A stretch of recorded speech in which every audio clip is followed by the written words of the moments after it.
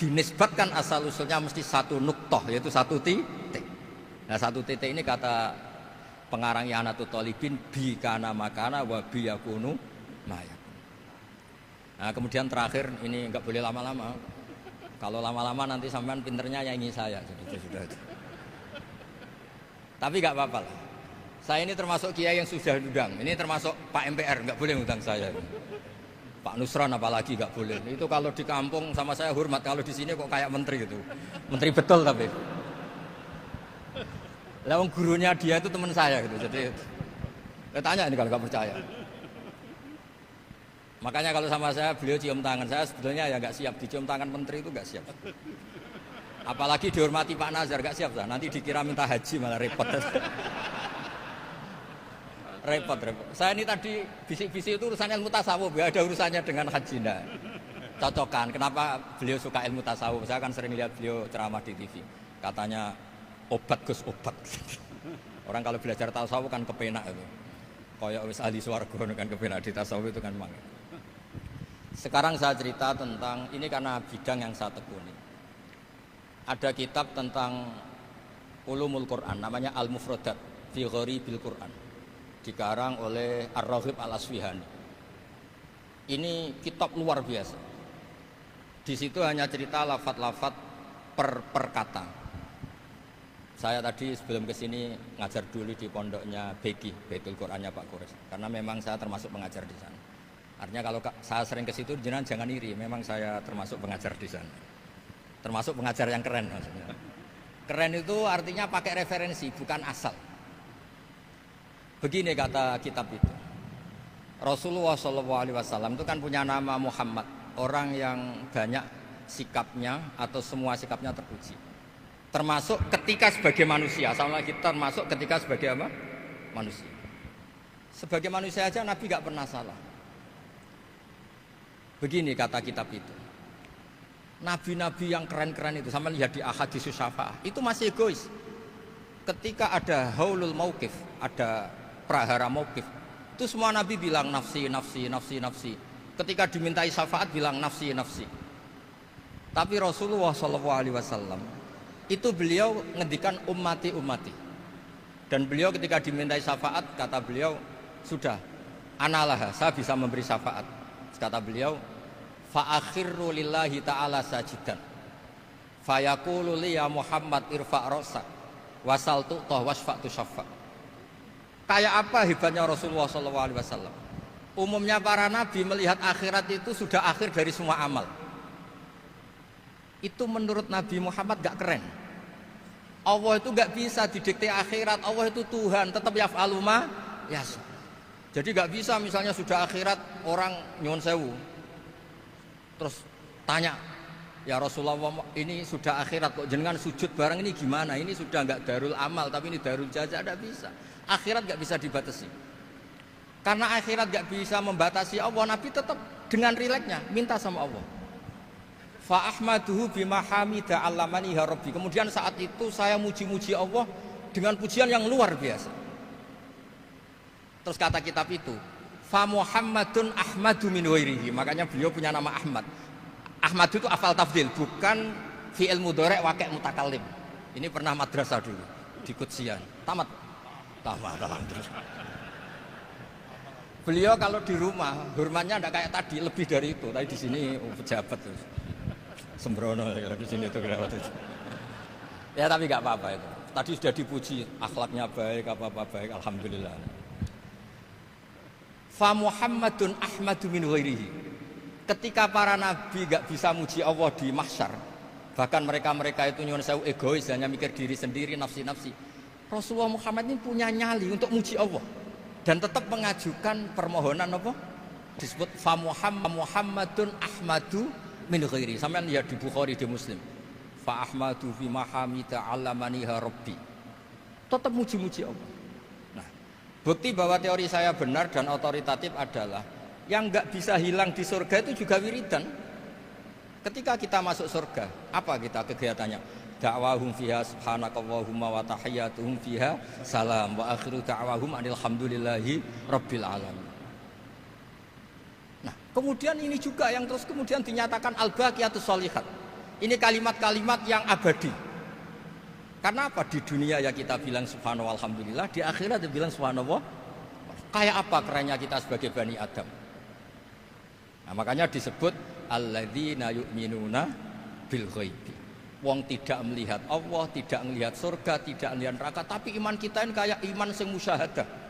Iman sing hakul yakin, ainul yakin. Kenapa demikian? Ya karena tadi kita diajari terus menerus oleh Rasulullah SAW. Yang terakhir saya cerita mukjizat. Ini juga terkait dengan betapa mudahnya hadad din ini di logika, dicerna. Kata Rasulullah SAW, sabda Nabi di hadis, saya ulang lagi ini hadis sahih, di bab awal Fadailul Quran di Sahihul Bukhari. Dicek kalau nggak percaya dicek. Ma minal anbiya'i nabiyyun illa u'tiya minal ayati ma misluhu amana alaihil bashar. Wa innama kana alladhi utitu wahyan auhahu wa hu ilayya fa arju an akuna aktsarahum tabi'an yaumal qiyamah. Enggak ada nabi kemudian kecuali dikasih wahyu, dikasih mukjizat. Dan mukjizat ini dahsyat sehingga orang itu dipaksa iman. Kayak Nabi Soleh, ada unta besar keluar dari batu. Nabi Musa punya tongkat dipukulkan ke Laut Merah langsung menyibak jadi daratan.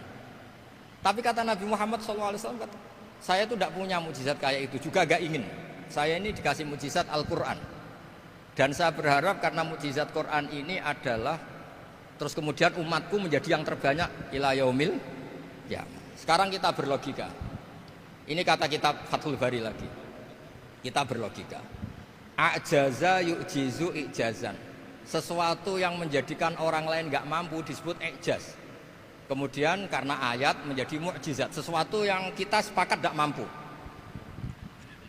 Nah, kalau itu masalahnya, tongkat dipukulkan laut kemudian menjadi kering, kita mampu enggak? Enggak kan? Tapi pertanyaannya, Anda bikin nyamuk mampu enggak?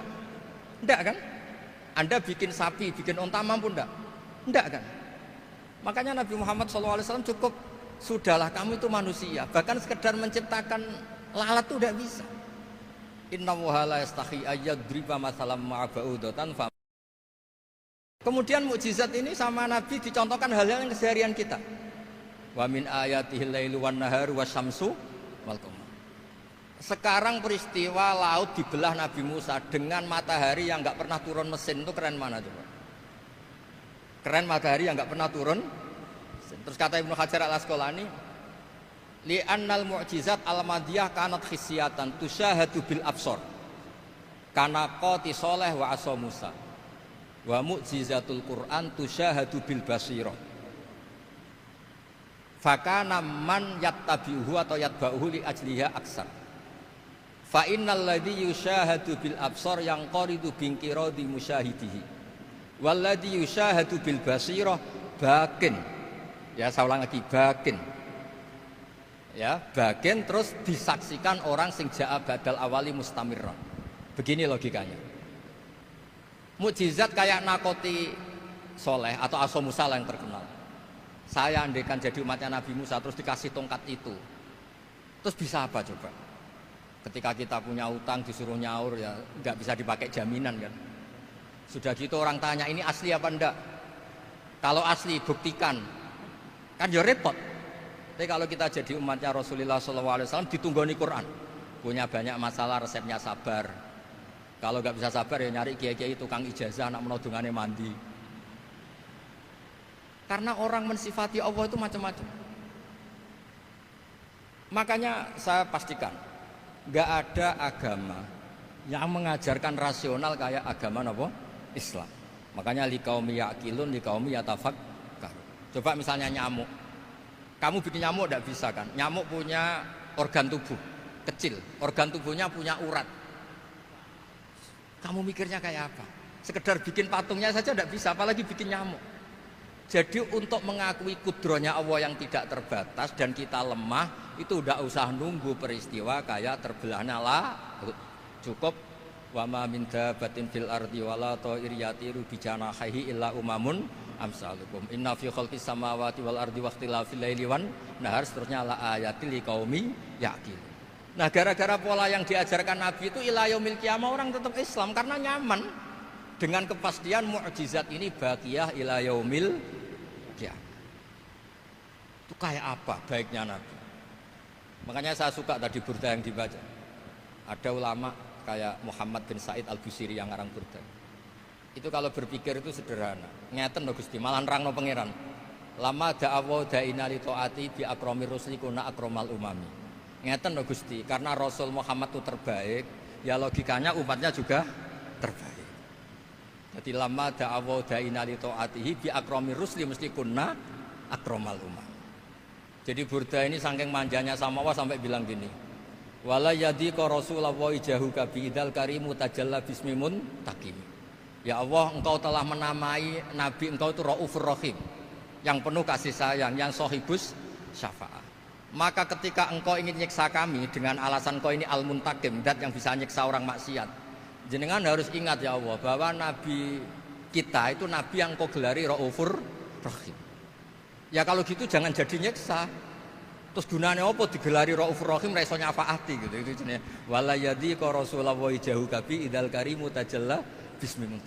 Terus fa inna min judika dunya wa darrataha wa min ulumika ilmal lauhi wal qalam. Dan itu juga yang dibuktikan Rasulullah SAW. Sampai beliau ngendikan likulli nabiyyin da'watun mustajabah wa akhtabi da'wati syafa'atan ummati yaumal qiyamah. Semua nabi itu punya doa yang mustajab dan semuanya sudah dipakai di dunia. Tapi saya menyimpan jatah itu supaya saya tetap punya hak syafaat fi yaumil qiyamah. Terus ini bukti-bukti bahwa ilmu yang selama ini diajarkan para habaib, para kiai itu otoritatif. Saya hanya bantu jenengan memastikan kalau hadis itu sahih dimaknai oleh ulama-ulama yang kredibel. Ya, perjanjian terakhir tadi. Saya ini termasuk kiai yang sergap tanya Mas Nusron. Pak Muzani juga pernah ke rumah saya. Meja saya itu isinya ya kitab. Habib Nabil pernah ke kamar isinya kitab. Jadi kalau jenengan ngundang saya itu berhadap-hadapan sama hukumnya Allah, yaitu ganggu orang belajar gitu aja. Mohon ngoten mawon. Assalamualaikum warahmatullahi wabarakatuh.